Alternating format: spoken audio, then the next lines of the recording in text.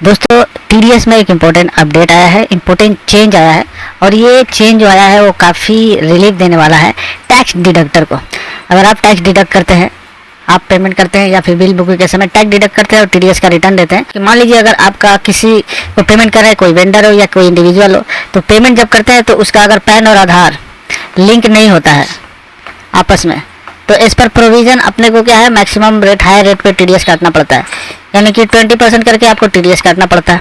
Government एक बहुत बड़ा रिलीफ जो है वो टैक्स डिडक्टर को देने जा रही है और ऑलरेडी दे दिया गया है। इसके लिए गवर्नमेंट ने सर्कुलर भी इशू कर दिया है, सर्कुलर नंबर 9/2025, जिसमें सारा डिटेल दिया हुआ है। क्या है डिटेल, क्या रिलीफ मिला है टैक्स डिडक्टर को, डिटेल में जानेंगे विथ एग्जाम्पल, क्लियर कट वगैरह सब कुछ, हर एक पॉइंट आपको। तो वीडियो अंत तक बने रहिएगा और लाइक शेयर करके चैनल को सब्सक्राइब कर लीजिए, ऐसी वीडियो रेगुलर आपके पास मिलती रहेगी। ठीक है, तो देखिए प्रॉब्लम क्या होता था, जैसे मैंने बताया कि अगर आपका पेमेंट करते समय अगर रेसिपिएंट का जो पैन है, आधार लिंकिंग विथ पैन जो है वो इनऑपरेटिव स्टेटस में है, तो हम एज पर सेक्शन 206AA के अंतर्गत 20% करके टीडीएस काटते हैं, हाई रेट में काटना पड़ता है। ठीक है, लेकिन अब ऐसे क्या है, एज ए डिडक्टर बहुत दिक्कतें होती हैं। तो अब ये जिनका डिडक्शन 20% के लिए लायबल थे, यानी कि जिनका पैन और आधार लिंक नहीं था, उनको और डिडक्टर को रिलीफ बहुत बड़ा मिलने जा रहा है। क्या होने जा रहा है, जुलाई 2025 से। तो जुलाई 2025 से डिडक्टर को रिलीफ जो मिल रहा है वो रिलीफ है नया रिलैक्सेशन। क्या रिलैक्सेशन, मान लीजिए कि यहाँ पे 2 टाइम फ्रेम हमें याद रखना होगा, 2 टाइम फ्रेम, यानी कि अप्रैल 2024 से लेकर 31 जुलाई 2025 तक, यानी कि 1 अप्रैल 24 से 31 जुलाई 2025 तक। जैसे कि अभी आपका जुलाई मंथ कंप्लीट होने वाला है, 25 तारीख हो गया आज के डेट में, 31 जुलाई तक। तो ये डेट और एक और डेट आप याद रखिए, 1 अगस्त 2025, यानी कि और मानिए, यानी कि 2 टाइम फ्रेम यहाँ पे आपको लेना होगा। एक हो जाएगा आपका 1/4/2024 से लेकर 31 जुलाई 2025 तक, और दूसरा उसके बाद वाला, यानी कि इस पीरियड के बाद वाला आपका 1 अगस्त 2025 से आगे ऑनवर्ड्स।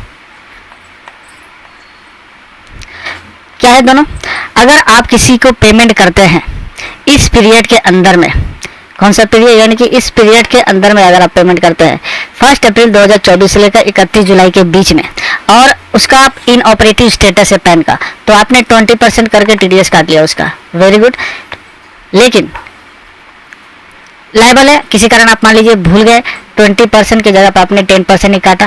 ठीक है, बाद में पता चला कि भैया इसका इनऑपरेटिव है, तो 10% या तो आप उससे कम्युनिकेट करके लेना होगा आपको, या फिर आपको देना पड़ेगा। लेकिन इस सिचुएशन में अब गवर्नमेंट ने रिलीफ दे दिए कि अगर ये मान लीजिए मिस्टर एक्स को, किसी एग्जाम्पल के लिए एग्जाम्पल में लेते हैं कि मान लीजिए आपने किसी को पेमेंट किया 1 लाख रुपया 15 मई 2025 को मिस्टर एक्स को, जिसका पैन जो है इनऑपरेटिव था। अब डिडक्शन जो आपने नॉर्मल 10% कर दिया 20% की जगह पे, क्योंकि इनऑपरेटिव केस में 20% होता है, आपने 10% कर दिया। अब मिस्टर एक्स जो है अपना आधार और पैन जो है वो लिंक करवा लिया 20 अगस्त 2025 को, यानी कि 20 अगस्त 2025 को वो लिंक करवा लिया। तो कहने का मतलब सितंबर से पहले उसने लिंक करवा लिया। अब पीरियड आपका वो पीरियड पहला वाला पीरियड में आ जाता है 1 अप्रैल 2024 से लेकर 31 जुलाई के बीच में। उससे पहले सितंबर से पहले 30 सितंबर से पहले आपको ये काम अगर कर लेना होगा लिंकिंग का, तो आपका ये जो है डेट याद रखना होगा। अगर आपका जो जिसको पेमेंट कर रहा है वो 30 सितंबर से पहले लिंकिंग करवा लेता है, तो अगर इस पीरियड में आपने इसको पेमेंट किया है तो वहाँ पे आपका नॉर्मल टैक्स लगेगा। वहाँ पे आपको कोई एक्स्ट्रा 10% या फिर जो भी आपने 20% नहीं लगेगा, जो नॉर्मल उसका 2% अगर है तो 2% लगेगा, 10% का है और 10% लगेगा। ठीक है, पहला वाला केस में। दूसरा वाला केस में हो जाएगा अगस्त के बाद अगर आप पेमेंट करते हैं आप उसी को या किसी को भी जिसका पैन जो है पेमेंट करने के बाद आपको पता चले और इनऑपरेटिव है, आपने उसको नॉर्मल रेट में टीडीएस काट लिया। उस केस में क्या होगा, मान लीजिए आपने 50,000 रुपया मिस्टर वाई को पेमेंट किया 10 अगस्त के बाद, उसका पैन जो है इनऑपरेटिव था, आपने नॉर्मल 10% टीडीएस काट लिया, उसको आपको पता नहीं था।